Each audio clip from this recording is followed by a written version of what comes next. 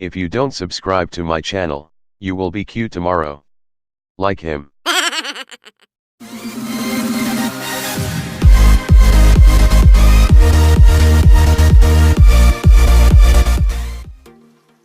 We have two phones that have great specs and performance. But is it worth it? Let's start. First, the Honor V30. This phone is launched in November 26, 2019. It has 6.57-inch display and a IPS LCD display, which is kinda disappointing, because the phone is expensive and is not supported by Super AMOLED display. And the chipset that it's using, the Kirin 990. It's Snapdragon 765G if you convert it in Snapdragon chipset. And Kirin 990 is good for gaming. And yes, it has protection, but it's not confirmed if it's Corning Gorilla Glass or anything. It has 3 rear camera. The 40 megapixel wide camera. I've never heard of 40 megapixel sensor, but it's still good at taking photos. And a 8 megapixel telephoto camera. And a 12 megapixel wide camera.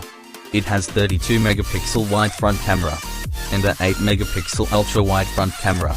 And it has 2 big problems. First, this phone don't have memory card slot. And second, this don't have a 3.5mm headphone jack. It's kinda disappointing because I love music and most of the time I am using headphones, which is on a V30 Pro don't have. It has 4100 mAh battery and a 40 watts fast charging and 27 watts wireless fast charging, which is good. It has side-mounted fingerprint sensor. I will reveal this price in the end of this video. So let's move to the next phone. The REDMI K30 5G. It released in January 7, 2020. Well, it's kinda surprising because Xiaomi said this officially launched around February, but all of a sudden it released in January. It has a good chipset, the Snapdragon 765G. Everybody knows that Snapdragon chipsets have a very great performance such as gaming.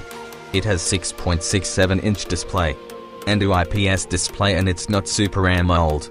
But it's okay because it's really affordable. And it has protection on its body and display. The Corning Gorilla Glass 5. This protection is scratch resistant and very durable.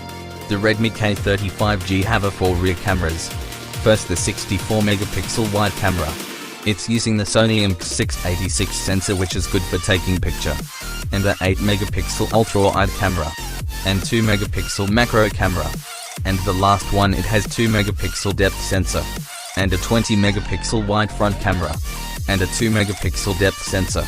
This is a bit disappointing because Redmi K30 5G don't have telephoto and ultra-wide front camera. But that's okay, because of its really affordable price that I will reveal later. And we have a good news. It has headphone jack and a memory card slot. This phone has 4500 mAh battery and 30 watts fast charging. By the way, these two phones have 5G Wi-Fi connectivity and a Type-C cord.